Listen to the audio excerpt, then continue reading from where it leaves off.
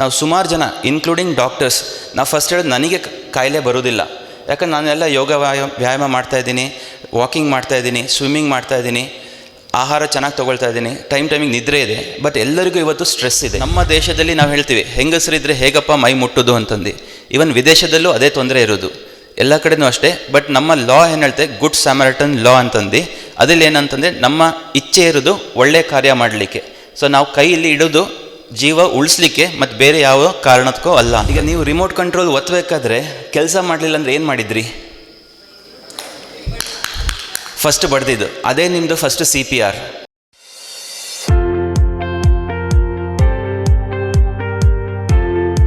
ಈಗ ನಾವು ಹೃದಯ ಬಡಿತ ನಿಂತಾಗ ಏನು ಮಾಡ್ಬೋದು, ಅದನ್ನು ಪ್ರೆಸ್ ಮಾಡಬೇಕು. ಬಟ್ ಅದಕ್ಕೆ ಇಲ್ಲಿ ನಾವು ಬೋನಿ ಕೇಜ್, ರಿಪ್ ಕೇಜ್ ಅಂತ ಹೇಳ್ತೀವಿ, ಅದು ಪ್ರೊಟೆಕ್ಷನ್ ಆಗಿದೆ. ನೀವೆಲ್ಲರೂ CPR ಕೊಟ್ಟಿದ್ದೀರಾ ನಿಮ್ಮ ಮನೆಯಲ್ಲಿ. ಎಷ್ಟು ಜನ TV ನೋಡ್ತೀರಾ? ಎರಡು ಕೈ ಎತ್ತಬೇಕಂತೆ ಗುರುಗಳು ಹೇಳ್ದಂಗೆ. TV ನೋಡೋದಾದರೆ ಎರಡು ಕೈ ಎತ್ತಬೇಕು. ರಿಮೋಟ್ ಕಂಟ್ರೋಲ್ ಏನಾದ್ರು ಯೂಸ್ ಮಾಡಿದ್ದರೆ ಎರಡು ಕೈ ಎತ್ತಲೇಬೇಕು ನೀವು. ಈಗ ನೀವು ರಿಮೋಟ್ ಕಂಟ್ರೋಲ್ ಒತ್ತಬೇಕಾದ್ರೆ ಕೆಲಸ ಮಾಡಲಿಲ್ಲ ಅಂದರೆ ಏನು ಮಾಡಿದ್ರಿ? ಫಸ್ಟ್ ಬಡ್ದಿದ್ದು ಅದೇ ನಿಮ್ಮದು ಫಸ್ಟ್ CPR. ಅದೇನಾಯ್ತು, ಅಲ್ಲಿ ಎಲೆಕ್ಟ್ರಿಕಲ್ ಆ್ಯಕ್ಟಿವಿಟಿ ಹೋಗಲಿಲ್ಲ. ನೀವು ಹೊಡೆದಿದ್ದಕ್ಕೆ ಅದೇನೋ ಅಲ್ಲಿ ಬ್ಯಾಟ್ರಿ ಮೂವ್ ಆಯಿತು, ಆ ಕರೆಂಟ್ ಹೋಯಿತು, ಆಮೇಲೆ ಕೆಲಸ ಮಾಡಲಿಕ್ಕೆ ಸ್ಟಾರ್ಟ್ ಮಾಡ್ತು. ಜೀವನದಲ್ಲೂ ಅಷ್ಟೇ. ಈಗ ಯಾರಾದರೂ ನೀವು ಮಾತಾಡ್ತಿದ್ದಂಗೆ ಸಡನ್ ನಿಮ್ಮ ಎದುರುಗಡೆ ಬಿದ್ದುಕೊಳ್ಳೆ ಫಸ್ಟ್ ನಾವು ಎಣಿಸ್ಕೊಳ್ಳೋದು ಪಾಪ ಅವರೇನೋ ತಿಂದಿಲ್ಲ ಇರಬೇಕು, ಸುಸ್ತಾಗಿರಬೇಕು, ಹಾಗಾಗಿ ಬಿದ್ದಿದ್ದಾರೆ ಅಂತಂದು. ಸೊ ಅಂಥವ್ರ ಮೇಲೆ ನಾವು ಹೇಗೆ ಮಾಡಬೇಕಾ ಬೇಡವಾ ಅಂತ ನೋಡಬೇಕು. ಅದಕ್ಕೆ ಗುಣಲಕ್ಷಣಗಳು ಇರುತ್ತೆ. ಸೊ ನಾನು ಹೇಳೋದು ನಿಮಗೆ, 3ನೇ ಅಕ್ಷರ ಆಲ್ಫಾಬೆಟ್, ಇಂಗ್ಲೀಷ್ ಆಲ್ಫಾಬೆಟಲ್ಲಿ 3ನೇ ಅಕ್ಷರ ಯಾವುದು? C. ಇವತ್ತು ಅದನ್ನು 3 ಸಲ ನಾವು ನೆನ್ಪಿಡ್ಕೊಳ್ಬೇಕು. ಸೊ ಯಾವಾಗ ಯಾರಿಗೆ CPR ಕೊಡಬೇಕು ಅದು ಮುಖ್ಯ. ಈಗ ಯಾರೋ ಒಬ್ಬರು ಬಿದ್ದರು, ಅವರಿಗೆ CPR ಕೊಡಬೇಕಾ ಅಂತ ನೋಡೋಣ ಅಂತೆ. ಈಗ ನಾನು ಊಟ ಮಾಡಲಿಲ್ಲ, ಅದಕ್ಕೆ ನಾವು ಹೈಪೋಗ್ಲೈಸಿಮಿಯಾ ಅಂದರೆ ಶುಗರ್ ಲೆವೆಲ್ಸ್ ಕೆಳಗೆ ಹೋಯಿತು, ಆವಾಗ ತಲೆ ತಿರುಗ್ದಂಗೆ ಆಯಿತು, ಬಿದ್ವಿ. ಬಟ್ ಆಮೇಲೆ ಪ್ರಜ್ಞೆ ಬರ್ತದೆ, ನೀವು ನೀರು ಚಿಮ್ಸ್ತೀರಾ, ಇದಾದ್ಕೊಳ್ಳೆ ಏನಾಯಿತು ಮಾತಾಡ್ಲಿಕ್ಕೆ ಸ್ಟಾರ್ಟ್ ಮಾಡ್ಬೋದು, ಅಥವಾ ಅವ್ರಿಗೆ ಏನಾಗ್ತಿದೆ ಅಂತ ಗೊತ್ತಿಲ್ಲ. ಬಟ್ ಉಸಿರಾಡ್ತಿದ್ದಾರೆ, ನಿಮ್ಮ ಹತ್ರ ಮಾತಾಡ್ತಿರ್ಬೋದು, ಅಥವಾ ಕೈ ಕಾಲು ಅಲ್ಲಾಡಿಸ್ತಿರ್ಬೋದು. ಸೊ ಅಂಥವ್ರ ಮೇಲೆ CPR ಮಾಡಬಾರ್ದು. ಈಗ ರಿಮೋಟ್ ಕಂಟ್ರೋಲ್ ಏನೂ ಆಗಲಿಲ್ಲ, ನೀವು ಯಾಕೆ ಹೊಡೆದ್ರಿ? ಅದಕ್ಕೆ ಕೆಲಸ ಮಾಡಲಿಲ್ಲ. ಸೊ ಕೆಲಸ ಮಾಡಲಿಲ್ಲ ಅಂದಮೇಲೆ ಅಷ್ಟೇ ಹೊಡೆದ್ರಿ. ಕೆಲಸ ಮಾಡ್ತಿದ್ರೆ ಹೊಡಿತಿದ್ರಾ? ಇಲ್ಲ. ಇದು ಅಷ್ಟೇ. CPR ಅಂದರೆ ನೀವು ಮಾತಾಡ್ತಿದ್ದಂಗೆ, ಈಗ ಪೇಷಂಟ್ ಇಲ್ಲಿ ಹೃದಯ ನೋವಾಗ್ತಿದೆ ಅಂತ ಹೇಳ್ತಾರೆ, ಅಂದರೆ ಅವ್ರಿಗೆ ಹಾರ್ಟ್ ಅಟ್ಯಾಕ್ ಬರೋ ಸಾಧ್ಯತೆ ಇದೆ. ಸಿವಿಯರ್ ಗ್ಯಾಸ್ಟ್ರೈಟಿಸ್, ತುಂಬ ಗ್ಯಾಸ್ಟ್ರಿಕ್ ಆಗಿದೆ ಅಂತಂದು. ನಾವು ಸುಮಾರು ಜನ ಇನ್ಕ್ಲೂಡಿಂಗ್ ಡಾಕ್ಟರ್ಸ್, ನಾವು ಫಸ್ಟ್ ಹೇಳೋದು ನನಗೆ ಕಾಯಿಲೆ ಬರೋದಿಲ್ಲ, ಯಾಕಂದ್ರೆ ನಾನೆಲ್ಲ ಯೋಗ ವ್ಯಾಯಾಮ ಮಾಡ್ತಾಯಿದ್ದೀನಿ, ವಾಕಿಂಗ್ ಮಾಡ್ತಾಯಿದ್ದೀನಿ, ಸ್ವಿಮ್ಮಿಂಗ್ ಮಾಡ್ತಾಯಿದ್ದೀನಿ, ಆಹಾರ ಚೆನ್ನಾಗಿ ತೊಗೊಳ್ತಾ ಇದ್ದೀನಿ, ಟೈಮಿಗೆ ನಿದ್ರೆ ಇದೆ. ಬಟ್ ಎಲ್ಲರಿಗೂ ಇವತ್ತು ಸ್ಟ್ರೆಸ್ ಇದೆ. ಸ್ಟ್ರೆಸ್ ಇಲ್ಲ ಅಂತಂದು ಯಾರೂ ಹೇಳಲಿಕ್ಕಿಲ್ಲ. ನೀವು ಇಲ್ಲಿಗೆ ಬರಬೇಕಾದ್ರೆ ಹೇಗೆ ಬಂದ್ರಿ? ನಡ್ಕೊಂಬಂದ್ರಾ, ವೆಹಿಕಲಲ್ಲಿ ಬಂದ್ರಾ? ನಡ್ಕೊಂಡು ಬಂದ್ರಿ. ಇವಾಗ ವಾಹನ ಸಂಚಾರ ಅಷ್ಟಿಲ್ಲ. ಬಟ್ ಅದೇ ನೀವು 10 ಗಂಟೆಗೆ ಬಂದರೆ ನಿಮ್ಮ ಸ್ಟ್ರೆಸ್ ಲೆವೆಲ್ ಹೇಗಿರುತ್ತೆ? ತುಂಬ ಜಾಸ್ತಿ ಇರುತ್ತೆ. ಯಾರು ಬಂದು ಎಲ್ಲಿ ಹೊಡಿತಾರೆ ಅಂತ ಗೊತ್ತಾಗೋದಿಲ್ಲ. ಸ್ಕೂಟ್ರಲ್ಲಿ ಬಂದರೆ ಅಲ್ಲಿ ಇಲ್ಲಿ ನುಗ್ತಾರೆ, ಅವ್ರಿಗೆ ಬೈತೀವಿ, ಇವ್ರಿಗೆ ಬೈತೀವಿ, ಆವಾಗಲೇ ಸ್ಟ್ರೆಸ್ ಲೆವೆಲ್ಸ್ ಜಾಸ್ತಿ ಆಯಿತು. ನಾವು ಏನೆಲ್ಲ ವ್ಯಾಯಾಮ ಮಾಡಿದ್ವಿ ಅದೆಲ್ಲ ಡಬಲ್ ಆಯಿತು ಅಲ್ಲಿ ಸ್ಟ್ರೆಸ್ ಲೆವೆಲ್ಸ್. ಸೊ ಅದಕ್ಕೆ ನಾವು ಹೇಳೋದು, ನೀವು ವ್ಯಾಯಾಮ ಮಾಡೋದು ಒಳ್ಳೆಯದು, ಬಟ್ ದಿನ ಇಡೀ ನೀವು ಸ್ವಲ್ಪ ಸ್ಟ್ರೆಸ್ ಲೆವೆಲ್ಸನ್ನು ಕಮ್ಮಿ ಮಾಡಲಿಕ್ಕೆ ಏನಾದರೂ ಪ್ರಯತ್ನ ಪಡಬೇಕು. ಸೊ ಈಗ ಎಲ್ಲರೂ ಒಂದೇ ಕಡೆ ಕೂತ್ಕೊಂಡಿರ್ತೀವಿ. ಸೊ ಅರ್ಧ ಗಂಟೆಗಿಂತ ಜಾಸ್ತಿ ಕೂತ್ರೆ, ಈಗ sitting is called as the new smoking for the new generation ಅಂತ ಹೇಳ್ತೀವಿ. ಈಗ ಏನು ಸ್ಮೋಕಿಂಗ್ ಎಫೆಕ್ಟ್ ಕೊಡ್ತಿದೆ, ಕೂತ್ಕೊಂಡಲ್ಲೇ ಕೆಲಸ ಮಾಡೋದು ಅದು ಒಳ್ಳೆಯದಲ್ಲ. ಸೊ ಅರ್ಧ ಗಂಟೆಗಿಂತ ಜಾಸ್ತಿ ಒಂದೇ ಕಡೆ ಇರಬಾರ್ದು, ನಿಂತ್ಕೊಂಡಿರಬಾರ್ದು, ಕೂತ್ಕೊಂಡಿರಬಾರ್ದು. ಅದಕ್ಕೆ ಈಗ ಮೋಸ್ಟ್ ಆಫ್ ದ ಕಾರ್ಪೊರೇಟ್ ಸೆಟಪ್ಪಲ್ಲಿ ಸಿಟ್ ಸ್ಟ್ಯಾಂಡ್ ಡೆಸ್ಕ್ ಅಂತ ಬಂದಿದೆ. ಕೆಲವರು ಮೀಟಿಂಗ್ಸ್ ಎಲ್ಲ ನಿಂತ್ಕೊಂಡೇ ಮೀಟಿಂಗ್ ಮಾಡ್ತಾರೆ, ಅಂದರೆ ಶಾರ್ಟ್ ಆಗಿರಲಿ, ಬೇಗ ಮುಗಿಸಿ ಹೋಗೋಣ, ಟು ದ ಪಾಯಿಂಟ್ ಅಂತಂದು. ಈಗ ಅದೇ ಎಲ್ಲದೂ ಸೇರಿ ಸ್ಟ್ರೆಸ್, ಎಲ್ಲರೂ ಹೇಳ್ಬೋದು ನನಗೆ ಸ್ಟ್ರೆಸ್ ಇಲ್ಲ, ಆರಾಮಾಗಿದ್ದೀನಿ ಅಂತಂದು. ಬಟ್ ಯಾಕೆ ಈಗಿನ ಕಾಲದಲ್ಲಿ ಜಾಸ್ತಿ ನಾವು ಹೃದಯದ ತೊಂದರೆ ಅಥವಾ ಸಡನ್, ಈಗ ನೋಡ್ತೀವಿ 30-40 ವಯಸ್ಸಿನವರು ತೀರ್ಕೊಳ್ತಾರೆ. ಈಗ ಎಲ್ಲರಿಗೂ ಗೊತ್ತಿದ್ದಂಗೆ ಇದು ಯಾವಾಗ ಅವೇರ್ನೆಸ್ ಜಾಸ್ತಿ ಆಯಿತು ಅಂದರೆ, ಪುನೀತ್ ರಾಜ್ಕುಮಾರ್ ಯಾವಾಗ ತೀರ್ಕೊಂಡ್ರು ಆವತ್ತಿಂದ ಎಲ್ಲರೂ ಎಚ್ಚರಿಸಿದ್ರು. ಆವಾಗ ಡಾಕ್ಟರ್ಸಿಗೆ ತುಂಬ ತೊಂದರೆ ಆಯಿತು. ಈ ಬಂದವರೆಲ್ಲ ಅದಕ್ಕೆ ನಾವು ಪುನೀತ್ ರಾಜ್ಕುಮಾರ್ ಸಿಂಡ್ರೋಮ್ ಅಂತ ತಮಾಷೆ ಮಾಡ್ತಾಯಿದ್ವಿ. ಎಲ್ಲರಿಗೂ ಇತ್ತು. ಬಟ್ ಆವಾಗ ಎಲ್ಲರಿಗೂ ಅವನು ಅಷ್ಟೆಲ್ಲ ವ್ಯಾಯಾಮ ಮಾಡಿದವನಿಗೆ ಹಿಂಗಾಗಬೇಕಾದ್ರೆ ನಮಗೇನಾಗ್ಬೋದು ಅಂತ ಎಲ್ಲರಿಗೂ ಗಾಬರಿ ಆಯಿತು. ಬಟ್ ಪ್ರಾಬಬಲಿ ಅವರಿಗೆ ಏನಾದರೂ ಆ ಮೂಮೆಂಟಲ್ಲಿ CPR ಯಾರಾದರೂ ಕೊಟ್ಟಿದ್ದರೆ, ರೆಕಗ್ನೈಸ್ ಮಾಡಿದರೆ ಉಳಿತಿದ್ರೇನೋ ಅಂತಂದು ನಮಗೊಂದು ಭಾವನೆ ಇದೆ ತಲೆಯಲ್ಲಿ. ಸೊ ಇದು ಅಷ್ಟೇ, CPR ನಾವು 100 ಜನಲ್ಲಿ ಕೊಟ್ಟಲ್ಲಿ 10 ಜನ ಸರ್ವೈವ್ ಆಗ್ಬೋದು, ಬಟ್ ಯಾರು 10 ಜನ ಅಂತ ಗೊತ್ತಿಲ್ಲ. ನಮ್ಮ ಪ್ರಯತ್ನ ನಾವು ಮಾಡಬೇಕು. ಸೊ ನಾವು ಹೇಗೆ ಐಡೆಂಟಿಫೈ ಮಾಡೋದು ಅಂತಂದರೆ, ಈಗ ಯಾರೋ ಬಿದ್ದರು, ಫಸ್ಟ್ ಏನು ಮಾಡಿದ್ವಿ ಅಂತ ಹೊಡಿತೀವಿ. ಅಂದರೆ ಫಸ್ಟ್ ಇಸ್ ಚೆಕ್, ಅಂದರೆ ಅವರು ಮಾತಾಡ್ತಿದ್ದಾರಾ ಇಲ್ವಾ, ಕಾನ್ಷಿಯಸ್ನೆಸ್ ಇದೆಯಾ ಅನ್ಕಾನ್ಷಿಯಸ್ ಅಂತಂದು. ಮಾತಾಡ್ತಿದ್ರೆ ಕಾನ್ಷಿಯಸ್ನೆಸ್, ಮಾತಾಡಲಿಲ್ಲ ಅಂದರೆ ಅನ್ಕಾನ್ಷಿಯಸ್ ಅಂತ ಹೇಳ್ತೀವಿ. ಸೊ ಅದು ಫಸ್ಟ್ ನಾವು ಇಲ್ಲಿ ಚೆಕ್, ಏನು ಚೆಕ್ ಮಾಡ್ತೀವಿ, ಕಾನ್ಷಿಯಸ್ನೆಸ್ ಇದೆಯಾ ಇಲ್ವಾ ಅಂತಂದು. ಬಟ್ ಈಗ ರೀಸೆಂಟ್ಲಿ ಗುಜರಾತಿಲ್ಲಿ ಈಗ ಆಕ್ಸಿಡೆಂಟ್ ಆದ ಕೂಡಲೇ ಫಸ್ಟ್ ನಾವು ಹೋಗಿ ಸಹಾಯ ಮಾಡ್ತೀವಿ. ಸಹಾಯ ಮಾಡಿದಾಗ ರಸ್ತೆಯಲ್ಲೇ ಸಹಾಯ ಮಾಡ್ತಾಯಿದ್ರು, ಇಬ್ಬರು ಸ್ಪಾಟ್ ಡೆಡ್ ಆದರು. ಬಟ್ ಅವರನ್ನು ಹೆಲ್ಪ್ ಮಾಡಲಿಕ್ಕೆ ಅಂತ ಬೇರೆಯವರೆಲ್ಲ ಬಂದವರು, ಈವನ್ ಪೊಲೀಸ್ ಇದ್ದರು, ಒಂದು ಫಾಸ್ಟ್ ಕಾರ್ ಬಂದು ಆ ಹೈವೇಲೇ ಮಧ್ಯದಲ್ಲೇ ಮಾಡ್ತಾ ಇದ್ದಿದ್ದು. ಸೊ ಹೊಡಿತು, ಇಬ್ಬರಲ್ಲಿ 9 ಜನ ಸತ್ರು ಅದೇ ಇನ್ಸಿಡೆಂಟಲ್ಲಿ, ಅದೇ ಜಾಗದಲ್ಲಿ. ಅದು ಯಾಕೆ? ಸಹಾಯ ಮಾಡ್ತಾಯಿದ್ರು, ಬಟ್ ಎಲ್ಲಿ, ಮಧ್ಯ ರಸ್ತೆಯಲ್ಲಿ ಬ್ಲಾಕ್ ಮಾಡಲಿಲ್ಲ. ಸೊ ಒಂದು ಚೆಕ್, ವಿಕ್ಟಿಮ್ ಯಾರು ಬಿದ್ದರೋ ಅವರನ್ನು, ಎರಡನೇದು ಡೇಂಜರ್ ಇದೆಯಾ ಇಲ್ಲ ನಮಗೆ. ಸೊ ನಾವು ಫಸ್ಟ್ ನಮ್ಮ ಜಾಗ್ರತೆ ನೋಡ್ಕೊಳ್ಬೇಕು. ಸೊ ಯಾರಾದರೂ ಬಿದ್ದರೆ ಅವ್ರನ್ನ ಫಸ್ಟು ಸೈಡಿಗೆ ಕರ್ಕೊಂಡು ಹೋಗಬೇಕು. ರಸ್ತೆಯಲ್ಲಿದ್ದರೆ, ಮನೇಲಾದರೆ ತೊಂದರೆ ಇಲ್ಲ, ಈಗ ಮಾಲ್ ಇಲ್ಲದೆ ಎಲ್ಲೋ ಮಧ್ಯ ರಸ್ತೆಯಲ್ಲಿ ಅವ್ರನ್ನ ಸೈಡಿಗೆ ಕರ್ಕೊಂಬರ್ಬೇಕು. ಸೊ ಇಲ್ಲಿ ಏನಂತಂದರೆ, ಒಂದು danger for us and the victim. ಮತ್ತು ಇನ್ನೊಂದು ಇಲ್ಲಿ ಏನು ಚೆಕ್ ಮಾಡಬೇಕು ಅಂದರೆ, ಅವ್ರು ಉಸಿರಾಡ್ತಿದ್ದಾರಾ ಇಲ್ವಾ, ಮತ್ತು ಪ್ರಜ್ಞೆ ಇದೆಯಾ ಇಲ್ವಾ. ಸೊ ಇದೆರಡು ನಾವು ಚೆಕ್ ಮಾಡಬೇಕು. ಹೇಗೆ ಉಸಿರಾಡ್ತಿದ್ದಾರಾ ಇಲ್ಲ ಅಂತ ನೋಡೋದು, ಹತ್ರ ಹೋಗಿ ಬಡಿತಾ ಇದ್ದೀವಿ, ಆವಾಗ ನೋಡೋದು ಚೆಸ್ಟ್ ಮೂಮೆಂಟ್ ಆಗ್ತಾ ಇದೆಯಾ ಇಲ್ವಾ ಅಂತಂದು. ಅರ್ಥ ಆಯ್ತಾ? ಸೊ ಫಸ್ಟ್ ಏನು ಮಾಡ್ತೀವಿ, ಚೆಕ್. ಏನು ಚೆಕ್ ಮಾಡ್ತೀವಿ, ನಮ್ಮ ಡೇಂಜರ್ ಇದೆಯಾ ಇಲ್ವಾ, ಆಮೇಲೆ ನಾವು ವಿಕ್ಟಿಮ್ ಹತ್ರ ಹೋಗ್ಬೋದಾ ಇಲ್ವಾ ಅಂತಂದು. ಈಗ ಕೆಲವೊಮ್ಮೆ ಯಾಕೆ ಹೃದಯಾಘಾತ ಆಗ್ಬೋದು, ಒಂದು ಇವ್ರು ಹೇಳ್ದಂಗೆ ಡ್ರೌನಿಂಗ್, ನೀರಲ್ಲಿ ಮುಳುಗಿ ತೆಗೆದಾಗ ಅದು ಡ್ರೌನಿಂಗ್ ಆಗ್ಬೋದು, ಅಥವಾ ಇಲ್ಲಿ ಎಲೆಕ್ಟ್ರಿಕ್ ವೈರ್ ಹೋಗಿದೆ ಮುಟ್ಟಿದಾಗ ಎಲೆಕ್ಟ್ರಿಕ್ಯೂಷನ್ ಆಗ್ಬೋದು, ಅಥವಾ ಹಾರ್ಟಿಂದ ಏನೋ ತೊಂದರೆ ಇರ್ಬೋದು. ಮಕ್ಕಳಲ್ಲಿ ಜಾಸ್ತಿ ಶ್ವಾಸಕೋಶ ರೆಸ್ಪಿರೇಟರಿ ಇಶ್ಯೂಸಿಂದ ಹಾರ್ಟ್ ಅಟ್ಯಾಕ್ ಆಗೋ ಸಾಧ್ಯತೆ ಜಾಸ್ತಿ ಇರುತ್ತೆ ಮಕ್ಕಳಲ್ಲಿ. ದೊಡ್ಡವರಲ್ಲಿ ಮೇನ್ಲಿ ಕಾರ್ಡಿಯಾಕ್ ಇವೆಂಟಿಂದ ಆಗೋದು. So heart attack, heart arrest, ಇದು ಎರಡು ಅರ್ಥ ಏನು ಅಂದರೆ, ಹಾರ್ಟ್ ಅಟ್ಯಾಕಲ್ಲಿ ಏನಾಗ್ತದೆ ಅಂತಂದರೆ, ಪೇಷಂಟ್ ಮಾತಾಡ್ತಾ ಇರ್ತಾರೆ, ನನಗೆ ನೋವು ಬರ್ತಾ ಇದೆ, ಕೈಗೆ ಹೋಗ್ತಾ ಇದೆ, ಅಥವಾ ನಂಗೆ ಏನೋ ವಿಚಿತ್ರ, ನಂಗೆ ತುಂಬ ಭಾರ ಅಂತ ಅನಿಸ್ತಾ ಇದೆ, ತಲೆ ಸುತ್ತಾ ಇದೆ, ಬೆವರು ಬರ್ತಾ ಇದೆ, ವಾಂತಿ, ಒಬ್ರೊಬ್ರಿಗೆ ಒಂದೊಂದು ಥರ ಇರುತ್ತೆ. ಎಲ್ಲರಿಗೂ ಎಲ್ಲದೂ ಬರಬೇಕಂತ ಇಲ್ಲ. ಸೊ ಅವ್ರು ಮಾತಾಡ್ತಾ ಇದ್ದಾರೆ ನಿಮಗೆ, ಅವ್ರಿಗೆ ನಾವು CPR ಕೊಡಲ್ಲ. ಅವ್ರಿಗೆ ಏನು ಹೇಳ್ತೀವಿ, ಆರಾಮಾಗಿರೋ, ಆಸ್ಪತ್ರೆಗೆ ಬೇಗ ಹೋಗೋಣ ಅಂತೆ. ಸೊ ಅಂಥವ್ರಿಗೆ ಕಾಮ್ ಆಗಿ ಇರಬೇಕು, ಅವ್ರಿಗೆ CPR ಕೊಡಬಾರ್ದು. ಯಾಕಂದ್ರೆ ಮಾತಾಡ್ತಾ ಇದ್ದಾರೆ, ಕಾನ್ಷಿಯಸ್ನೆಸ್ ಇದೆ, ಸಡನ್ ಅವ್ರು ಬೀಳ್ಬೋದು. ಅದಕ್ಕೆ ಕಾರ್ಡಿಯಾಕ್ ಅರೆಸ್ಟ್ ಅಂತ ಹೇಳ್ತೀವಿ. ಅಂದರೆ ಆವಾಗ ಎಲೆಕ್ಟ್ರಿಕಲ್ ಆ್ಯಕ್ಟಿವಿಟಿ ಏನೂ ಇರೋದಿಲ್ಲ, ಕೆಲಸ ಮಾಡ್ತಿಲ್ಲ, ಹಾರ್ಟ್ ಕೆಲಸ ಮಾಡ್ತಿಲ್ಲ, ಅಂಥವ್ರಲ್ಲಿ ಸಡನ್ ಕೊಲ್ಯಾಪ್ಸ್. ಇವರೇ ಇಲ್ಲಿ ಮಾತಾಡ್ತಿದ್ದವರೇ ಸಡನ್ ಬೀಳ್ಬೋದು. ಆವಾಗ ಅವ್ರು ಮಾತಾಡ್ತಿಲ್ಲ, ಅನ್ಕಾನ್ಷಿಯಸ್, ಉಸಿರಾಟ ನೋಡ್ತೀವಿ, ಉಸಿರಾಟ ನಿಂತಿದೆ. ಮತ್ತು ನಾವು ನೋಡೋದು ಪಲ್ಸ್ ನೋಡ್ತೀವಿ. ಪಲ್ಸ್ ನೀವು ಟಿ ವಿಲೆಲ್ಲ ನೋಡಿರ್ಬೋದು, ಅಥವಾ ಡಾಕ್ಟರ್ ನೀವು ಇಲ್ಲಿ ರೇಡಿಯಲ್ ಪಲ್ಸ್, ಅದು ನಾವು ನೋಡೋದಿಲ್ಲ. ಇಲ್ಲಿ ಕ್ಯಾರೋಟಿಡ್ ಪಲ್ಸ್ ಅಂತ ಹೇಳ್ತೀವಿ. ನೀವೆಲ್ಲ ಹಿಂಗೆ ತಿರುಗಿದ್ರೆ ಇಲ್ಲಿ ಒಂದು ಮಾಂಸಖಂಡ ಇದೆ, ಅದಕ್ಕೆ ಸ್ಟರ್ನೋಕ್ಲಿಡೋಮಾಸ್ಟಾಯ್ಡ್ ಅಂತ ಹೇಳ್ತೀವಿ.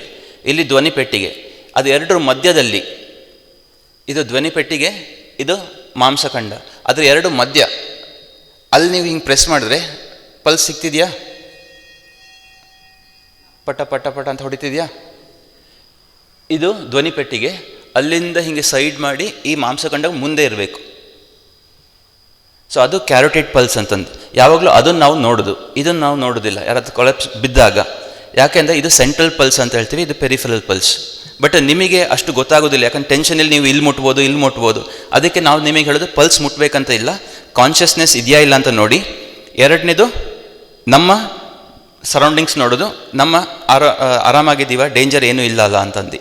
ಅದು ಸೊ ನಾವು ಈಗ ನೀವು ಐಡೆಂಟಿಫೈ ಮಾಡಾದ್ಮೇಲೆ ನೆಕ್ಸ್ಟ್ ಅಂದರೆ ಕರೆ ಮಾಡಿ. ಯಾರಿಗೆ ಕರೆ ಮಾಡಬೇಕು?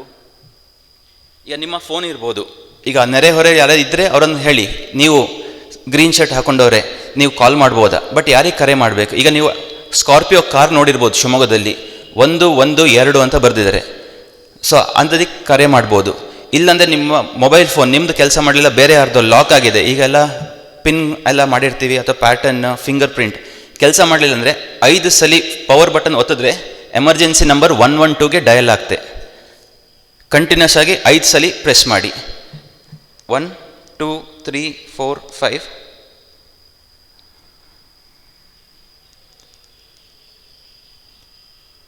ಎಮರ್ಜೆನ್ಸಿ ನಂಬರ್ 112ಗೆ ಕರೆ ಹೋಗ್ತೆ. ಅದು ಹೋಯ್ತು, ಈಗ ಕಟ್ ಮಾಡಿದೆ. ಸೊ ಅಲ್ಲಿ ಹೋಗ್ತೆ, ನೀವು ಲೌಡ್ ಸ್ಪೀಕರಲ್ಲಿ ಹಾಕಿ ಅವ್ರು ಹೇಳ್ತಾರೆ ಏನು ಮಾಡಬೇಕು, ಅದಕ್ಕೆ ಅವ್ರ ಯಾರು ಸಹಾಯ ಅಲ್ಲಿ ಇರ್ತಾರೆ ಅವ್ರು ನಿಮಗೆ ಹೇಳ್ತಾರೆ ಏನು ಮಾಡಬೇಕು ಏನು ಅಂತಂದು. ಸೊ ನೀವು ಲೌಡ್ ಸ್ಪೀಕರ್ ಹಾಕಿ ನೀವೇ ಕಂಟಿನ್ಯೂ ಮಾಡ್ಬೋದು, ಇಲ್ಲಾಂದರೆ ಬೇರೆ ಯಾರಿಗಾದರೂ ಹೇಳ್ಬೋದು. ಸೊ ಇದೊಂದು ಒಳ್ಳೆ ವ್ಯವಸ್ಥೆ ಮಾಡಿದ್ದಾರೆ. ನಿಮ್ಮ ಮೊಬೈಲ್ ಫೋನ್ ಸ್ಮಾರ್ಟ್ ಫೋನಲ್ಲಿ 5 ಸಲ ಪವರ್ ಬಟನ್ ಒತ್ತಿದ್ರೆ, ಸೊ ನೀವು ಅನ್ಲಾಕ್ ಮಾಡಬೇಕಂತ ಇಲ್ಲ, ನಿಮ್ಮದೇ ಫೋನಿಗೆ ಅನ್ಲಾಕ್ ಮಾಡ್ಬೋದು. 112 ಇಲ್ಲಾಂದರೆ 108 ಮುಂಚಿದ ನಂಬರು, ಅಥವಾ ನಿಮ್ಮ ನೆರೆಹೊರೆಯಲ್ಲಿ ಯಾವುದು ಆಸ್ಪತ್ರೆ ಇದೆಯೋ ಅವ್ರ ನಂಬರ್, ಎಮರ್ಜೆನ್ಸಿ ನಂಬರ್ ಗೊತ್ತಿದ್ರೆ ಅದನ್ನು ಡಯಲ್ ಮಾಡ್ಬೋದು. ಸೊ ಫಸ್ಟ್ ಸಿ ಏನು ಮಾಡಿದ್ವಿ, ಚೆಕ್ ನಮಗೆ ಡೇಂಜರ್ ಮತ್ತು ಪೇಷಂಟ್ ಕಾನ್ಷಿಯಸ್ನೆಸ್ ಇದ್ದಾರಾ ಇಲ್ವಾ ಮತ್ತು ಉಸಿರಾಡ್ತಿದ್ದಾರಾ ಇಲ್ವಾ ಅಂತಂದು. ಸೆಕೆಂಡ್ ಸಿ ಕರೆ ಮಾಡಿದ್ವಿ 112. ಈಗ ಆಸ್ಪತ್ರೆಯಿಂದ ಬರೋ ತನಕ ನಾವು ಈಗ ಕೇರ್ ಮಾಡಬೇಕು, ಅದಕ್ಕೆ ನಾವು CPR ಅಂತ ಹೇಳ್ತೀವಿ, ಕಾರ್ಡಿಯೋ ಪಲ್ಮನರಿ ರಿಸಸಿಟೇಷನ್. ಕಾರ್ಡಿಯೋ ಅಂದರೆ ಹೃದಯ, ಪಲ್ಮನರಿ ಅಂದರೆ ಲಂಗ್ಸ್, ಅದನ್ನು ವಾಪಸ್ಸು ಕೆಲಸ ಮಾಡೋದು. ನೀವು ಹೇಗೆ ರಿಮೋಟಿಗೆ ಹೊಡೆದ್ರೆ ಅದೇ ಥರ ಮಾಡೋದು. ಸೊ ಈಗ ನಾವು ರಿಪ್ ಕೇಜ್ ಇದೆ, ಅದ್ರ ಒಳಗಡೆ ಹೃದಯ ಇದೆ. ಸೊ ಈಗ ನಾವು ಒತ್ತುದು ಹಿಂಗೆ ಅಂದರೆ ಏನು ಪ್ರಯೋಜನ ಇಲ್ಲ, ನಾವು ಆಳ ಹಿಂಗೆ ಒಳಗೆ ಹೋಗಬೇಕು, ಹೊರಗೆ ಬರಬೇಕು. ಕನಿಷ್ಠ 2 ರಿಂದ 2.5 ಇಂಚ್ ಒಳಗೆ ಹೋಗಿ ಮೇಲೆ ಬರಬೇಕು, ಅಥವಾ 5 ರಿಂದ 6 ಸೆಂಟಿಮೀಟರ್ ಅಂತ ಹೇಳ್ತೀವಿ, ಅಷ್ಟು ಒಳಗೆ ಹೋಗಿ ಹೊರಗೆ ಬರಬೇಕು. ನೀವು ಹಿಂಗೆ ಒತ್ತಿದ್ರೆ ಏನು ಪ್ರಯೋಜನ ಇಲ್ಲ, ಅಥವಾ ಹಿಂಗೆ ಕುಟ್ಟಿದ್ರೆ ಏನು ಯೂಸ್ ಇಲ್ಲ. ಸೊ ಹಿಂಗೆ ಒಳಗೆ ಹೋಗಿ ಹೊರಗೆ ಬರಬೇಕು. ಅದಕ್ಕೆ ನಾವು ಹೇಗೆ ಎನರ್ಜಿ ಯೂಸ್ ಮಾಡಬೇಕಂದ್ರೆ, ನೀವೆಲ್ಲರೂ ಹೀಗೆ ಮುಂದೆ ಕೈ ಮಾಡ್ಬೋದಾ? ನೀವು ರೈಟ್ ಹ್ಯಾಂಡ್ ಆಗಿರಲಿ ಲೆಫ್ಟ್ ಹ್ಯಾಂಡ್ ಆಗಿರಲಿ, ಒಂದು ಕೈ ಮುಂದೆ ಇನ್ನೊಂದು ಕೈ ಅದ್ರ ಮೇಲೆ ಹೀಗೆ ಮಾಡಬೇಕಾದ್ರೆ ನಿಮ್ಮ ಭುಜ, ಎಲ್ಬೋ, ರಿಸ್ಟ್ ಒಂದೇ ಲೈನಲ್ಲಿ ಇರಬೇಕು. ಒತ್ತಬೇಕಾದ್ರೂ ಹೀಗೆ ಒತ್ತೋದು, ಮಡ್ಚಂಗಿಲ್ಲ. ಸೊ ಆವಾಗ ಒತ್ತಡ ಜಾಸ್ತಿ ಇರುತ್ತೆ. ಸೊ ದಟ್ ನಾವು 5 ರಿಂದ 6 ಸೆಂಟಿಮೀಟರ್ ಒಳಗೆ ಹೋಗಿ ಹೊರಗೆ ಬರ್ಬೋದು. ಆಮೇಲೆ ತೋರಿಸ್ತೀನಿ ಹೇಗೆ ಮಾಡಬೇಕು ಅಂತಂದು. ಸೊ ಒಂದು ಕಂಪ್ರೆಷನ್ ಮಾಡೋದ್ರಿಂದ ಏನಾಗುತ್ತೆ, ಹೃದಯ ಆರಾಮಾಗಿ ರೆಸ್ಟ್ ಮಾಡ್ತಾ ಇದ್ದಿದ್ದನ್ನು ನಾವು ಹೊಡೆದು ಎಬ್ಬಿಸ್ದಂಗೆ ಆಯಿತು. ಸೊ ಈಗ ನಾವು ಒತ್ತಬೇಕಾದ್ರೆ 5 ರಿಂದ 6 ಸೆಂಟಿಮೀಟರ್ ಒಳಗೆ ಮತ್ತೆ ಹೊರಗೆ ಬರಬೇಕು, ಯಾಕಂದರೆ ಹಾರ್ಟ್ ಹಿಂಗೆ ಪ್ರೆಸ್ ಆಗಿದ್ದು ಮತ್ತೆ ರಿಲೀಸ್ ಆಗಬೇಕು. ಸೊ ಬರೀ ಒತ್ತಾ ಇದ್ದರೆ ಆಗೋದಿಲ್ಲ, ಒತ್ತಿ ರಿಕಾಯಿಲ್ ಅಂತ ಹೇಳ್ತೀವಿ, ಮತ್ತೆ ಪ್ರೆಸ್ ವಾಪಸ್. ಸೊ ಹೀಗೆ ಮಾಡಿದಾಗ ಹಾರ್ಟ್ ಬರೋ ಸಾಧ್ಯತೆ ಇರುತ್ತೆ. ಮತ್ತೀಗ ನಮ್ಮ ದೇಶದಲ್ಲಿ ನಾವು ಹೇಳ್ತೀವಿ ಹೆಂಗಸರಿದ್ರೆ ಹೇಗಪ್ಪ ಮೈ ಮುಟ್ಟೋದು ಅಂತಂದು. ಈವನ್ ವಿದೇಶದಲ್ಲೂ ಅದೇ ತೊಂದರೆ ಇರೋದು, ಎಲ್ಲ ಕಡೆನೂ ಅಷ್ಟೇ. ಬಟ್ ನಮ್ಮ ಲಾ ಏನು ಹೇಳ್ತೆ, ಗುಡ್ ಸ್ಯಾಮರಿಟನ್ ಲಾ ಅಂತಂದು. ಅದ್ರಲ್ಲಿ ಏನಂತಂದರೆ ನಮ್ಮ ಇಚ್ಛೆ ಇರೋದು ಒಳ್ಳೆ ಕಾರ್ಯ ಮಾಡಲಿಕ್ಕೆ. ಸೊ ನಾವು ಕೈ ಇಲ್ಲಿ ಇಡೋದು ಜೀವ ಉಳಿಸ್ಲಿಕ್ಕೆ, ಮತ್ತು ಬೇರೆ ಯಾವ ಕಾರಣಕ್ಕೂ ಅಲ್ಲ ಅಂತಂದು. ಸೊ ಇಲ್ಲಿ ಬೋನ್ ಇದೆ, ಇಲ್ಲಿ ನೀವು ಮುಟ್ಕೊಳ್ಬೋದು. ಇದು ಸಬ್ಕ್ಯೂಟೇನಿಯಸ್ ಅಂತ, ಅಂದರೆ ಚರ್ಮದ ಕೆಳಗಡೆ ಇದೆ. ಸೊ ಎಷ್ಟೇ ದಪ್ಪ ಇರಲಿ ಎಷ್ಟೇ ಸಣ್ಣ ಇರಲಿ ಈ ಬೋನ್ ಮುಟ್ಟುತ್ತೀವಿ. ಬ್ರೆಸ್ಟ್ ಬೋನ್ ಅಂತ ಹೇಳ್ತೀವಿ, ಅದು ಸ್ಟರ್ನಮ್ ಅಂತ ಹೇಳ್ತೀವಿ. ಇದರ ಮಧ್ಯದಲ್ಲಿ ಕೈ ಇಡಬೇಕು ಹೀಗೆ. ನೀವು ಬುಕ್ಸು ಇಂಟರ್ನೆಟ್ ನೋಡಿದ್ರೆ ನಿಪ್ಪಲ್ ಲೈನ್ ಅಂತ ಹೇಳ್ತೀವಿ, ಬಟ್ ಅದನ್ನು ನಾವು ನೋಡ್ಲಿಕ್ಕೆ ಹೋಗೋದಿಲ್ಲ, ಇದ್ರ ಮಧ್ಯ. ಸೊ ಇಲ್ಲಿ ಹೀಗೆ ಇದು ಹೀಲ್ ಆಫ್ ದ ಹ್ಯಾಂಡ್ ಅಂತ ಹೇಳ್ತೀವಿ, ಇದನ್ನು ಇಲ್ಲಿ ಇಡೋದು ಮತ್ತು ಕಂಪ್ರೆಸ್ ಮಾಡೋದು. ಎಷ್ಟು ಕಂಪ್ರೆಸ್ ಮಾಡಬೇಕು ಅಂದರೆ 1 ನಿಮಿಷಕ್ಕೆ 100 ರಿಂದ 120 ಸಲ ಕಂಪ್ರೆಸ್ ಮಾಡಬೇಕು. ಅಂದರೆ 1 ಸೆಕೆಂಡಿಗೆ 2 ಕಂಪ್ರೆಷನ್, ಒತ್ತಿ ಮತ್ತು ಬಿಡೋದು ಹೀಗೆ. ನಿಮಗೆ ಹಾಡು ಗೊತ್ತಿದ್ದರೆ ಟೆಂಪೋ ಅಂತ ಹೇಳ್ತೀವಿ, 100 ರಿಂದ 120 ಟೆಂಪೋ. ಸೊ ಆ ಹಾಡನ್ನು ನೀವು ಯೋಚನೆ ಮಾಡಿಕೊಂಡು ಕಂಪ್ರೆಸ್ ಕೊಡ್ಬೋದು. ಸೊ ಇದಕ್ಕೆ ನಾವು ಹ್ಯಾಂಡ್ಸ್ ಓನ್ಲಿ CPR ಅಂತ ಹೇಳ್ತೀವಿ. ಯಾಕಂದರೆ ನಮಗೆ ಉಸಿರಾಟ, ಬಾಯಿಂದ ಬಾಯಿಗೆ ಉಸಿರಾಟ ಕೊಡಲಿಕ್ಕೆ ನಮಗೆ ಇಚ್ಛೆ ಇಲ್ಲ. ಸೊ ಹಾಗೆ ಏನಾದಿತ್ತು ಅಂದರೆ 30 ಕಂಪ್ರೆಷನ್ 2 ಬ್ರೆತ್ ಅಂತ ಹೇಳ್ತೀವಿ. ಬಟ್ ಬ್ರೆತ್ ಬೇಡ ನಮಗೆ, ಬರೀ ಕಂಪ್ರೆಷನ್ ಅಂದರೆ ಸಾಯ ಬರೋ ತನಕ ನಾವು ಅದನ್ನು ಮಾಡಬೇಕು. ಸೊ ಎಷ್ಟು ಮಾಡಬೇಕು, 100 ರಿಂದ 120 ಸಲ ಕಂಪ್ರೆಷನ್ 1 ನಿಮಿಷಕ್ಕೆ. ಗೊತ್ತಾಯ್ತಾ? ಎಷ್ಟು ಡೆಪ್ತ್, 5 ರಿಂದ 6 ಸೆಂಟಿಮೀಟರ್ ಒಳಗೆ ಹೋಗಬೇಕು ಮತ್ತು ಹೊರಗೆ ಬರಬೇಕು. ಎಷ್ಟು ಫಾಸ್ಟಾಗಿ ಮಾಡಬೇಕು ಅಂದರೆ 100 ರಿಂದ 120 ಸಲ 1 ನಿಮಿಷಕ್ಕೆ ನಾವು ಒತ್ತಬೇಕು. ಸೊ ಆಮೇಲೆ 2 ನಿಮಿಷ ಆದಮೇಲೆ ಮತ್ತೆ ನೋಡೋದು, ಅಂದರೆ ಆಲ್ಮೋಸ್ಟ್ 200 ರಿಂದ 240 ಕಂಪ್ರೆಷನ್ ಆದಮೇಲೆ ಮತ್ತೆ ಪೇಷಂಟ್ ಮೂವ್ ಮಾಡ್ತಿದ್ದಾರಾ, ಉಸಿರಾಡ್ತಾ ಇದ್ದಾರಾ, ಹೃದಯ ಬಡ್ತಾ ಬಂತ, ಅದನ್ನು ನೋಡ್ಬೋದು. ಅರ್ಥ ಆಯ್ತಾ? ಸೊ ಫಸ್ಟ್ ಸಿ ನಾವೇನು ಮಾಡಿದ್ವಿ, check for danger, check for the victim ಅಂತಂದು. ವಿಕ್ಟಿಮಲ್ಲಿ ಏನು ನೋಡಬೇಕು, ಉಸಿರಾಡ್ತಾ ಕಾನ್ಷಿಯಸ್ನೆಸ್ ಇದೆಯಾ ಇಲ್ವಾ, ಉಸಿರಾಡ್ತಿದ್ದಾರಾ ಇಲ್ವಾ. ಸೊ ಈಗ ಉಸಿರಾಡ್ತಿಲ್ಲ, ಕಾನ್ಷಿಯಸ್ನೆಸ್ ಇಲ್ಲ, ಏನು ಮಾಡ್ತೀವಿ ನೆಕ್ಸ್ಟ್ ಸಿ ಇಲ್ಲಿ ಕರೆ ಮಾಡ್ತೀವಿ.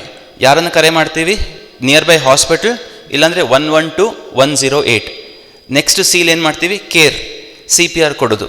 ಹೇಗೆ CPR ಕೊಡೋದು, ಒಂದು ಕೈ ಎಲ್ಲಿಡಬೇಕು, ಸೊ ಇದು ಬ್ರೆಸ್ಟ್ ಬೋನ್ ಮಧ್ಯದಲ್ಲಿ ಇಡೋದು ಅಥವಾ ಸ್ಟರ್ನಮ್ ಮಧ್ಯದಲ್ಲಿ. ನಿಮ್ಮ ರೈಟ್ ಹ್ಯಾಂಡ್ ಆಗಿರ್ಬೋದು, ಲೆಫ್ಟ್ ಹ್ಯಾಂಡ್ ಆಗಿರ್ಬೋದು, ನಿಮ್ಮ ಡಾಮಿನೆಂಟ್ ಹ್ಯಾಂಡ್ ಇಡ್ಬೋದು ಅಥವಾ ನಾನ್ ಡಾಮಿನೆಂಟ್, ನಿಮಗೆ ಹೇಗೆ ಬೇಕೋ ಹಾಗೆ. ಬಟ್ ನಿಮ್ಮ ಉಂಗುರ, ವಾಚು, ಬ್ರೇಸ್ಲೆಟ್ ಏನಿದ್ರೆ ತೆಗೆದಿಡೋದು ಒಳ್ಳೇದು, ಯಾಕಂದರೆ ನಿಮ್ಮ ಕೈಗಿಲ್ಲಂದರೆ ತೊಂದರೆ ಆಗ್ತದೆ. ನೀವು ಒತ್ತಬೇಕಾದ್ರೆ ಎಣಿಸ್ಕೊಳ್ಬೋದು, ಏನಾದರೂ ನನ್ನ ಕೈ ಆ ಸೈಡ್ ಈ ಸೈಡ್ ಹೋಯ್ತು ಅಂದರೆ ಈ ರಿಬ್ಸ್, ಈ ಮೂಳೆಗಳು ಮುರಿದ್ರೆ ಏನಾಗ್ತೆ ಅಂತಂದು. ಮುದ್ರೆ ಏನು ತೊಂದರೆ ಇಲ್ಲ, ವಾಪಸ್ ಬರ್ತೆ, ಬಟ್ ನಿಮ್ಮ ಕೈನ ವಾಪಸ್ ತೊಗೊಂಬನ್ನಿ. ಇದು ರಿಪ್ ಫ್ರ್ಯಾಕ್ಚರ್ ಆಗೇ ಆಗ್ತೆ. ಕರೆಕ್ಟ್ ಮಾಡಿದ್ರೆ ಆಗೋದಿಲ್ಲ, ಬಟ್ ನಾವು ಒತ್ತಾ ಆ ಸೈಡ್ ಈ ಸೈಡ್ ಕೈ ಮೂವ್ ಆಗ್ತೆ, ಅವಾಗ ಇಲ್ಲಿ ಮೂಳೆ ಮುರಿಯೋ ಚಾನ್ಸಸ್ ಇರುತ್ತೆ. ಬಟ್ ಅದನ್ನು ಆಮೇಲೆ ರಿಪೇರಿ ಮಾಡ್ಬೋದು. ಫಸ್ಟು ಜೀವ ಮುಖ್ಯ. ಸೊ ಅದಕ್ಕೆ ಮತ್ತೆ ವಾಪಸ್ ಇಲ್ಲಿಟ್ಟು ಮತ್ತೆ ಪ್ರೆಸ್ ಮಾಡೋದು. ಇದು ಗೊತ್ತಾಯ್ತಲ್ಲ CPR ಅಂದರೆ ಹೇಗೆ ಅಂತಂದು. ಎಷ್ಟು ತನಕ ಮಾಡ್ತಾ ಇರ್ಬೇಕು ನಾವು? ಎಷ್ಟು ಸಮಯ ತನಕ?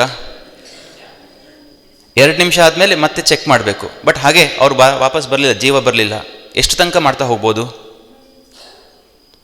ಎಮರ್ಜೆನ್ಸಿ ಕರೆ ಬರೋ ತನಕ 1. 2ನೇದು ನಾವು ಸುಸ್ತಾದರೆ ಇನ್ನೊಬ್ರಿಗೆ ಕರೆ ಮಾಡ್ಬೋದು. ನೀವು ನೋಡಿದ್ರಲ್ಲ ನಾನು ಏನು ಮಾಡ್ತಾ ಇದ್ದೀನಿ ಅಂತಂದು, ನೀವು ಅದೇ ರೀತಿ ಬನ್ನಿ ಮಾಡಿ ನಾನು ನಿಮಗೆ ಹೇಳ್ಕೊಟ್ಟು. ಅವ್ರು ಹೇಳ್ಬೋದು ನಂಗೆ ಗೊತ್ತಿಲ್ಲ, ನಾನು ಬರಲ್ಲ. ಯಾಕಂದರೆ ಈಗ ನಾನು ಎಲ್ಲರಿಗೂ ಇಷ್ಟು ಜನ ಇದ್ದೀರಾ, ಯಾರಾದರೂ ಮುಂದೆ ಬನ್ನಿ ಅಂತಂದಾಗ ಎಲ್ಲರೂ ಮುಖ ನೋಡ್ತೀರಾ. ಅದೇ ನಮ್ಮ ಜೀವನದಲ್ಲಿ ಆಗೋದು. ಈಗ ಹೊರಗಡೆ ಆಕ್ಸಿಡೆಂಟ್ ಅಂದರೆ ಬೇಕಾದ್ರೆ ತೆಗೆದು ವಿಡಿಯೋ ರೆಕಾರ್ಡ್ ಮಾಡ್ತಾರೆ, ಯಾರೂ ಮುಂದೆ ಬರೋದಿಲ್ಲ ಈಗಿನ ಕಾಲದಲ್ಲಿ. ಸೊ ಇದು ಹಾಗೆ ಆಗೋದು. ಸೊ ನೀವು ಕರೆ ಮಾಡ್ಬೋದು, ಬನ್ನಿ ನೀವು ನಾನು ಮಾಡ್ತಾ ಇದ್ದೀನಿ, ನೀವು ಅದನ್ನೇ ನೋಡಿ ಅಂತ ನೀವು ಕರೆಕ್ಟ್ ಮಾಡಿ ಹೇಳ್ಬೋದು. 2ನೇದು ಇಲ್ಲಾಂದರೆ ನಿಮಗೆ ಸುಸ್ತಾಯಿತು, ಏನೂ ಮಾಡಲಿಕ್ಕಾಗಲ್ಲ, ಸ್ಟಾಪ್ ಮಾಡಬೇಕಾಗ್ತೆ. ಬಟ್ ಆಸ್ಪತ್ರೆಗೆ ಹೋಗೋ ತನಕ ಮಾಡ್ತಾಯಿದ್ರೆ ಒಳ್ಳೆಯದು. ಸೊ ಈಗ ಅದನ್ನೇ ಡೆಮಾನ್ಸ್ಟ್ರೇಷನ್ ತೋರಿಸ್ತೀನಿ ಹೇಗೆ CPR ಮಾಡಬೇಕು ಅಂತಂದು, ಆಯಿತಾ? ಸೊ ಯಾವಾಗ ನಿಲ್ಲಿಸ್ಬೇಕು? 1 ಜೀವ ವಾಪಸ್ ಬಂತು, ನಾವು ರಿಟರ್ನ್ ಆಫ್ ಸ್ಪಾಂಟೇನಿಯಸ್ ಸರ್ಕ್ಯುಲೇಷನ್ ಅಂತ ಹೇಳ್ತೀವಿ. ಅಂದರೆ ಜೀವ ಅವರು ಕಾನ್ಷಿಯಸ್ನೆಸ್ ಬಂತು, ಕೈಕಾಲು ಅಲ್ಲಾಡಿಸಿದ್ರು ಅಥವಾ ಉಸಿರಾಟ ಸ್ವಲ್ಪ ಬಂತು, ಆವಾಗ ಸ್ಟಾಪ್ ಮಾಡ್ಬೋದು. ಇಲ್ಲಾಂದರೆ ನಿಮಗೆ ಸುಸ್ತಾದಾಗ, ಇಲ್ಲಾಂದರೆ ಆ್ಯಂಬುಲೆನ್ಸ್ ಬಂದಾಗ, ಆವಾಗ ನಾವು ಈ CPR ಮಾಡೋದನ್ನು ನಿಲ್ಲಿಸ್ತೇವೆ. ಈಗ ಇದನ್ನು ಮ್ಯಾನಿಕಿನ್ ಮೇಲೆ ತೋರಿಸ್ತೀನಿ ಹೇಗೆ ಮಾಡೋದು ಅಂತಂದು. ಒಣಗಿದ ಕೋಲಿದ್ರೆ ಈ ವೈರನ್ನ ಹೊರಗೆ ಹಾಕಬೇಕು, ಅದನ್ನು ಯೋಚನೆ ಮಾಡಬೇಕು. ಯಾಕಂದರೆ ಈಗ ವೈರ್ ಮೇಲೆ ಇಟ್ಟರೆ ನಾನು ಎಲೆಕ್ಟ್ರಿಕ್ಯೂಟ್ ಆಗಿ ಬೀಳ್ಬೋದು. ಸೊ ಫಸ್ಟ್ ಇಲ್ಲಿ ಚೆಕ್ ಫಾರ್ ಡೇಂಜರ್. ಸೊ ಈಗ ವೈರ್ ಹೋಗಿದೆ, ಇದು ನನಗೆ ಗೊತ್ತಿಲ್ಲ ಇವ್ರು ಬಿದ್ದಿದ್ದಾರೆ ಇಲ್ಲಿ, ನಾನು ಸಹಾಯ ಮಾಡಲಿಕ್ಕೆ ಹೋಗ್ಬೇಕಾದ್ರೆ ಫಸ್ಟ್ ನಾನು ಆ ಸೈಡ್ ಈ ಸೈಡ್ ನೋಡಬೇಕು. ಅಗ್ರಿ ಆಗ್ತೀರ ಎಲ್ಲರೂ? ಸೊ ಅದು ಫಸ್ಟು.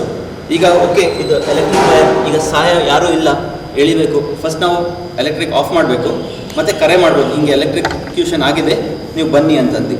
ಸೊ ನಾನು ಅಷ್ಟೇ ಮಾಡಿದ್ರು ನಿಂತ್ಕೊಳ್ಬೋದು, CPR ಮಾಡಲೇಬೇಕು ಅಂತ ಇಲ್ಲ, ಯಾಕಂದ್ರೆ ನನ್ನ ಜೀವ ಹಾಳಾಗ್ಬೋದು ಇಲ್ಲಿ. ಸೊ ಅವ್ರು ಬರಬೇಕಾದ್ರೆ ಈ 2 ಜೀವ ಇಲ್ಲಿ ಮತ್ತೆ ಅವ್ರು ಸಹಾಯ ಮಾಡಬೇಕಾಗ್ತದೆ. ಸೊ ಅದು ಫಸ್ಟು ಯೋಚನೆ ಮಾಡಬೇಕು, ಯಾಕೆ ಇವ್ರು ಬಿದ್ದಿದ್ದಾರೆ ಏನು ಅಂತಂದು. So first is check for your surrounding, any danger is there, ಆ ಥರ. ನೆಕ್ಸ್ಟ್ ಅಲ್ಲ, ಇದರಲ್ಲಿ ಚೆಕ್ ಇಲ್ಲಿ. ಈಗ ಪೇಷಂಟ್ ಯಾಕೆ ನಾವು ಕಾಲ್ ಮಾಡಬೇಕು? ಫಸ್ಟ್ ನಾವು ಡೇಂಜರ್ ನೋಡಿದ್ವಿ ಅಷ್ಟೇ. ಈಗ ನೆಕ್ಸ್ಟ್ ಕಾನ್ಷಿಯಸ್ನೆಸ್ ಇದ್ದಾರೆ ಇಲ್ಲ, ಮುಟ್ಟಿದ್ರೆ ಯಾರು ಎದ್ದೇಳೋದಿಲ್ಲ. ಸೊ ಸ್ವಲ್ಪ ಹೊಡಿಲೇಬೇಕು. ಸೊ ಮಾತಾಡ್ತಿಲ್ಲ, ಏನು ರೆಸ್ಪಾಂಡ್ ಕೊಡ್ತಿಲ್ಲ. ಮತ್ತು ಆಮೇಲೆ ಚೆಸ್ಟ್ ನೋಡ್ತೀನಿ, ಹಿಂಗೆ ಹೊಡಿತಾ ಇರ್ಬೇಕಾದ್ರೆ ನೋಡ್ತಾ ಇದ್ದೀನಿ ಚೆಸ್ಟ್, ಬಟ್ಟೆ ಹಾಕೊಂಡಿದ್ರು ಕಾಣಿಸ್ತೆ, ಮೇಲೆ ಕೆಳಗಡೆ ಹೋಗೋದು. ಸೊ ಬ್ರೀದಿಂಗ್ ಇದೆಯಾ ಇಲ್ಲ? ಸೊ ಮಾತಾಡ್ತಿಲ್ಲ, ಬ್ರೀದಿಂಗ್ ಇಲ್ಲ. ನೆಕ್ಸ್ಟ್ ಏನು ಮಾಡಬೇಕು? ಕರೆ ಮಾಡೋದು. ಇಲ್ಲಾಂದರೆ ನಾವು ಯಾರಿಗಾದ್ರೂ ಹೇಳ್ಬೋದು, ಮೇಡಮ್ ನೀವು 112ಗೆ ಕಾಲ್ ಮಾಡಿ ಹೇಳ್ತೀರಾ, ಇಲ್ಲಿ ಶುಭಮಂಗಲಲ್ಲಿ ಒಬ್ಬರು ಬಿದ್ದಿದ್ದಾರೆ, ಯಾಕಂದ್ರೆ ಲೊಕೇಶನ್ ಹೇಳಬೇಕು ಏನು ಅಂತಂದು. ಇಲ್ಲಾಂದ್ರೆ ಅವ್ರು ಕೇಳ್ತಾರೆ ಏನಾಯಿತು ಎಂತ ಅಂತಂದು ಅವ್ರು ಕೇಳ್ತಾರೆ. ಇಲ್ಲ ನಾನು ಒಬ್ಬನೇ ಇದ್ದರೆ ಲೌಡ್ ಸ್ಪೀಕರ್ ಹಾಕಿ ಮಾಡ್ಬೋದು. ನೆಕ್ಸ್ಟ್ ಏನು ಮಾಡಬೇಕು? ನಾನು ಗಿವಿಂಗ್ ಕೇರ್ ಅಂದರೆ CPR ಕೊಡಬೇಕು. ಸೊ ಇಲ್ಲಿ ನಾನು ಮುಟ್ಟು ನೋಡಿದೆ, ಬ್ರೆಸ್ಟ್ ಬೋನ್ ಕೆಳಗಡೆ ಹೀಗೆ.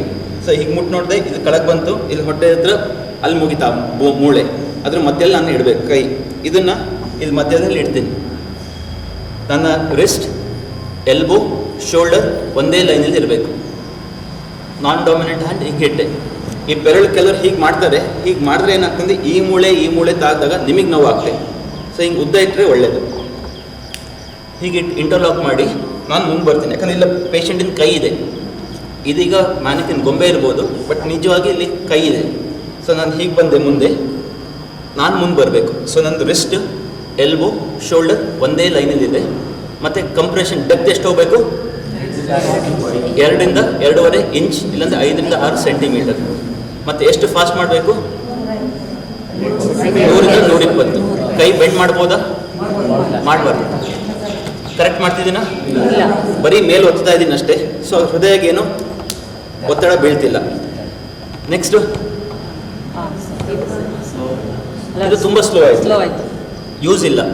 ಸೊ ನಾವು ಕಂಪ್ರೆಸ್ ಮಾಡಬೇಕಾದ್ರೆ 1 2 3 4 5 6 7 8 9 10 11 12 13 14 15 16 17 18 19 20 ಹಾಗೆ ಎಷ್ಟು ಮಾಡ್ತಾ ಹೋಗ್ಬೇಕು ನಾನು? 100 ರಿಂದ 120.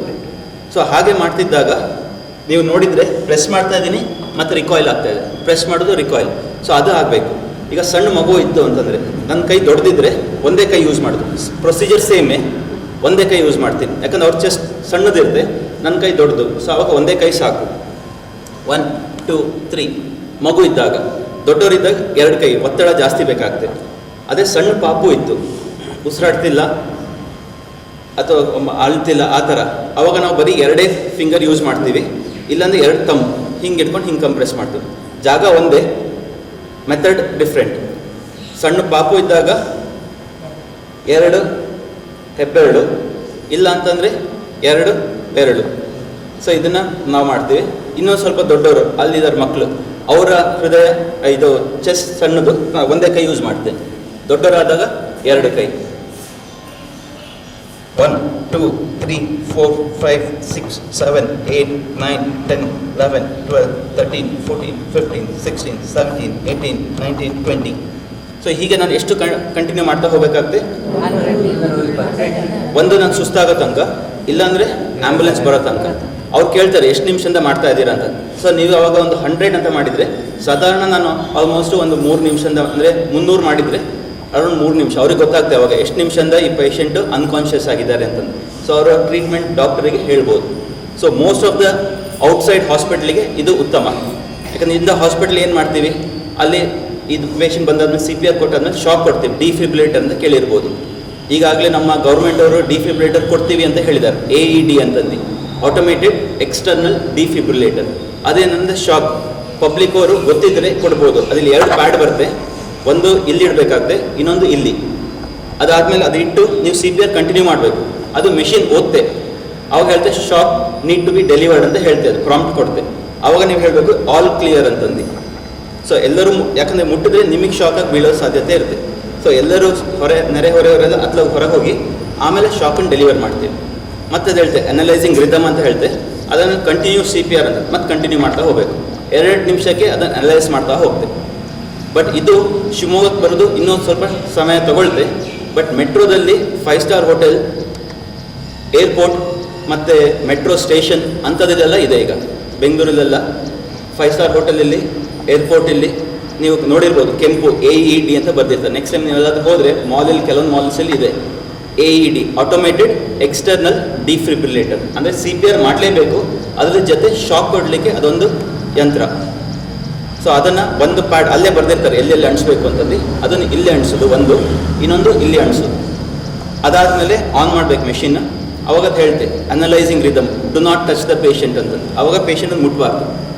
ಅನಲೈಸ್ ಮಾಡಿ ಫ್ಯೂ ಸೆಕೆಂಡ್ಸ್ ಆದಮೇಲೆ ಮತ್ತೆ ಕಂಟಿನ್ಯೂ CPR ಅಂತ ಹೇಳ್ತೆ, ಇಲ್ಲಾಂದರೆ shock need to be delivered ಅಂತಂದು. ಸೊ ಅದೊಂದು ಬಟನ್ ಇರುತ್ತೆ, ಇಟ್ಸ್ ರೆಡಿ ಟು ಡಿಸ್ಚಾರ್ಜ್ ಅಂತ.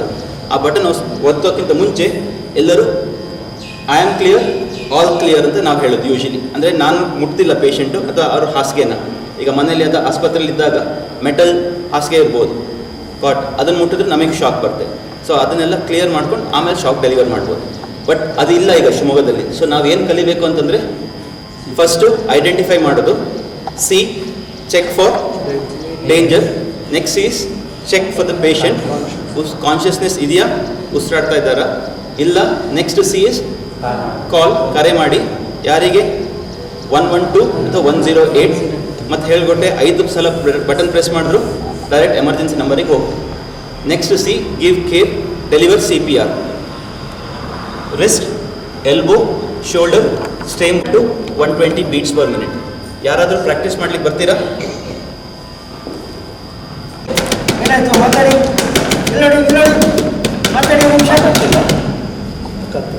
Call for the customer care, 112 emergency. Then, so ಈಗ ನಿಮಗೆ ನಿಜ ಲೈಫಲ್ಲಿ ಅವ್ರು ಡ್ರೆಸ್ ಹಾಕೊಂಡಿರ್ತಾರೆ, ಎಲ್ಲಿ ಅಂತ ಗೊತ್ತಾಗೋದಿಲ್ಲ, ಎಲ್ಲಿ ಬಟ್ಟೆ ಇಲ್ಲ. ಸೊ ನೀವು ಪ್ರಾಕ್ಟೀಸ್ ಮಾಡ್ಬೇಕಾದ್ರೆ ಹಾಗೆ ಪ್ರಾಕ್ಟೀಸ್ ಮಾಡಿ, ಇಲ್ಲಿ ಮುಟ್ಟು ನೋಡ್ಕೊಳ್ಳೋದು. ಈಗ ಹಿಂಗೆ ಕೆಳಗೆ ಬಂದರೆ ಇಲ್ಲಿ ಮುಗೀತು ಮೂಳೆ, ಅದ್ರ ಮಧ್ಯ ಇಲ್ಲಿ ಮತ್ತೆ ರಿಕಾಯ್ಲ್ ಆಗಬೇಕು. 1 2 3 4 ಎಲ್ಲರೂ ಹೇಳ್ಬೋದಾ? 6 7 8 9 10 11 12 13 14 15. ಸೊ ಈ ರಿದಮಲ್ಲಿ ಬಂದರೆ ಉತ್ತಮ. ಎಸ್, ಯಾರಾದರೂ ಬರ್ಬೋದಾ? ಮತ್ತೆ ನಾನು ಆಗ್ತಾ ಇದೆ. ಯಾರಾದರೂ ಬರ್ಬೋದಾ? ಎಸ್.